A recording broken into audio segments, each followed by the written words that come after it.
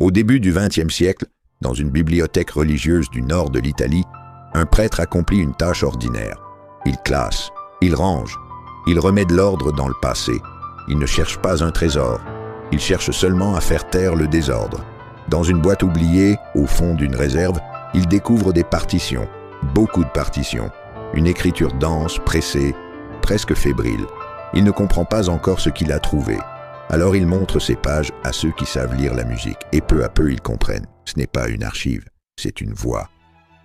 Pour entendre cette voix, il faut remonter le temps. À Venise en 1678. Antonio Vivaldi naît dans une ville où l'eau résonne, où les pas, les cris, les cloches et les cordes se mêlent. Son père est violoniste à la basilique Saint-Marc. La musique n'entre pas dans sa vie. Elle l'entoure dès l'enfance. Antonio est un enfant fragile, le souffle court, le corps souvent en retrait. Il observe, il écoute, il respire lentement, il devient prêtre, mais son corps l'empêche de célébrer régulièrement. Alors il choisit un autre chemin, la musique.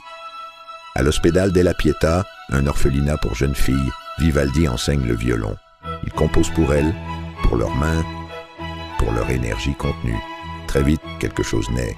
Une musique qui bouge, qui imite la nature, qui raconte. Vivaldi devient célèbre. Ses concertos circulent dans toute l'Europe. Il compose vite, très vite. Comme s'il n'avait pas le temps, il cherche le mouvement, la chaleur, la tension, la tempête. En 1725, il publie Les 4 saisons, pas comme une simple œuvre musicale, mais comme un récit. Chaque saison est accompagnée de mots. Les oiseaux chantent, l'orage éclate, le froid mord. La musique devient paysage. Certains sont fascinés, d'autres dérangés. Vivaldi ne cherche pas à rassurer, il cherche à faire sentir. Mais le monde change, les goûts aussi. Ce qui était audacieux devient excessif.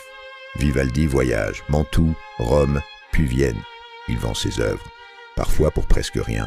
Il compose encore, mais on l'écoute moins. La gloire ne disparaît pas d'un coup, elle s'éloigne. Charles VI croit encore en lui et lui offre un nouvel espoir. À peine arrivé à Vienne, le roi meurt. Vivaldi se retrouve seul, sans argent, sans protection et sans avenir. À Vienne, l'hiver est dur. Il meurt en 1741, enterré simplement. 2 siècles plus tard, c'est notre Renaissance. Elle traverse le temps comme des flocons emportés par le vent. Cinéma, concert, le monde entier écoute. Vivaldi est mort pauvre, mais son œuvre, elle, ne s'est jamais tue. Certains trésors ne se referment jamais. Ils attendent seulement qu'on les écoute. Les pépites du passé.